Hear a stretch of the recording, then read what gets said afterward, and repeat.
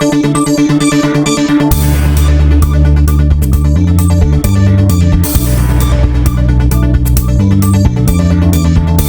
کوئی سڑک پر چل رہا ہو، اس کے ساتھ کوئی حادثہ ہو جائے اور کچھ لوگ مدد کے لیے ہاتھ بڑھائیں تو یہ ہاتھ پکڑنے چاہیے یا نہیں؟ کہیں مدد کرنے والا معاوضہ یا مزدوری نہ مانگ لے۔ ترکی میں زلزلہ آیا، ایسا زلزلہ جو 100 سال میں دیکھا نہیں گیا۔ ہزاروں لوگ عمارتوں کے ملبوں میں دب گئے۔ دنیا کے کئی ملک اس نیچرل کلیمٹی میں پیدا ہونے والے حالات کا مقابلہ کرنے میں مدد کے لیے ترکی پہنچ گئے۔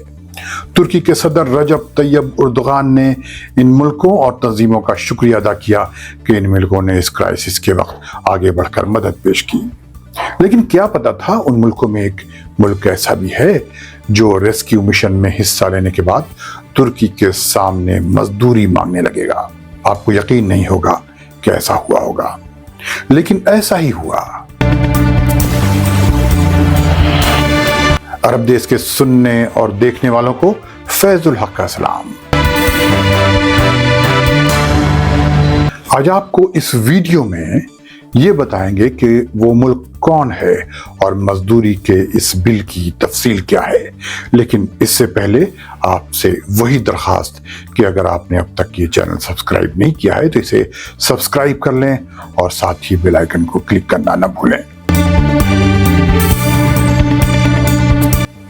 اسرائیلی صحافیوں کو دیے گئے انٹرویو میں اسرائیلی وزیر خارجہ یا فارن منسٹر ایلی کوہن کے ترکی کے کیپٹل انقرہ کے دورے ملک میں آنے والے تباہ کن زلزلے کے بعد ترک صدر رجب طیب اردوغان سے ملاقات کے پیچھے جو مقاصد یا جو آبجیکٹیوز تھے ان کا انکشاف ہوا ہے۔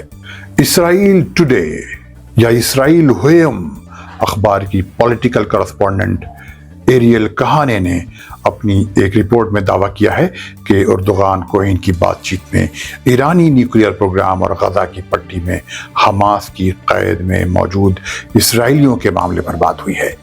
اس میں کہا گیا تھا کہ اسرائیل ترکی کے درمیان تعلقات خطے کے استحکام کے لیے اہم ہیں اور اس نے حال ہی میں اسے مضبوط کرنے کے لیے کام جاری رکھنے کا دعویٰ کیا ہے۔ اسرائیل ٹوڈے اخبار کی ایک رائٹر ایفال ارلیش نے دعویٰ کیا ہے کہ اسرائیل کو یہ حق حاصل ہے کہ وہ اردوغان سے کہے کہ وہ زلزلے سے نمٹنے کے لیے فراہم کی جانے والی امداد کے بدلے میں ان لوگوں کو پناہ نہیں دے گا جو اسرائیلیوں کو قاتلانہ حملوں کی کارروائیوں کے لیے نشانہ بناتے ہیں۔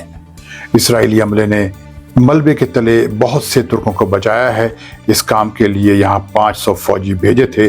ارلیش نے یہ بھی دعویٰ کیا ہے کہ انہوں نے دیکھا کہ اسرائیل کے وہاں درجنوں سویلین رضاکار بھی موجود ہیں جن کا ترکی میں پرجوش خیر مقدم کیا گیا تھا۔ انہوں نے لکھا ہے کہ اس وقت جب میں یہ مضمون لکھ رہی ہوں اسرائیل نے 19 ترکوں کو ملبے کے نیچے سے نکالا ہے۔ اس اسرائیلی خاتون صحافی نے یہ بھی کہا کہ ترکی ایک ملک کے طور پر ماضی میں بھی تھا اور آج بھی ہے اور وہ اسرائیل سے دشمنی کرنے والی آرگنائزیشنز کی سرپرستی کرتا ہے۔ آج جب یہ واضح ہو گیا ہے کہ اسرائیل کی چھوٹی سی ریاست نے ترکی کی مدد کی ہے، اس نے اپنی حکومت سے کہا ہے کہ اس کے بدلے آپ کو اردوغان سے بدلہ یا مزدوری یا معاوضہ مانگنے کا حق ہے۔ ہم ان کی سرزمین پر جان بچانے میں مدد کر رہے ہیں، کم از کم وہ ان لوگوں کو پناہ نہیں دیں گے جو ہمیں یہاں مارنا چاہتے ہیں۔ ایفات ارلیش نے یہ دعویٰ بھی کیا کہ گزشتہ 20 سالوں میں استنبول حماس کی لیڈرشپ کا کیپٹل بن گیا ہے اور یہاں حماس کے وہ فوجی لیڈر رہتے ہیں جو اس کی مسلح سرگرمیوں کے ذمہ دار ہیں۔ ترکی کی سرزمین میں وہ انسٹیٹیوشنز ہیں جن میں دنیا بھر کے اخوان المسلمون کے تمام حامی شامل ہیں۔ اس اسرائیلی جرنلسٹ نے اس بات کا بھی رونا رویا ہے کہ ستمبر 2022 میں اسرائیلی ترک انڈرسٹینڈنگ کے لیے حکومت اسرائیل نے ترکی سے حماس کی لیڈرشپ کو اپنی سرزمین سے نکال باہر کرنے کو کہا تھا، لیکن ایسا نہیں ہوا۔ انہوں نے لکھا ہے کہ نومبر 2022 میں ترک وزیر خارجہ مولود چاوشوگلو نے حماس کے ساتھ اچھے رشتے کے لیے ان کے بقول جو شیخی بغاری تھی اس سے اسرائیلی میڈیا میں کافی ناراضگی ہے۔ اسرائیلی میڈیا میں چھپے اس طرح کے مضامین یہ ثابت کر رہے ہیں کہ زلزلے میں ہونے والی تباہی کے بعد اسرائیلیوں نے ترکی کی مدد کرنے کے لیے جو قدم اٹھایا ہے وہ انسانی ہمدردی کے لیے نہیں بلکہ سیاسی مقاصد کے لیے تھا۔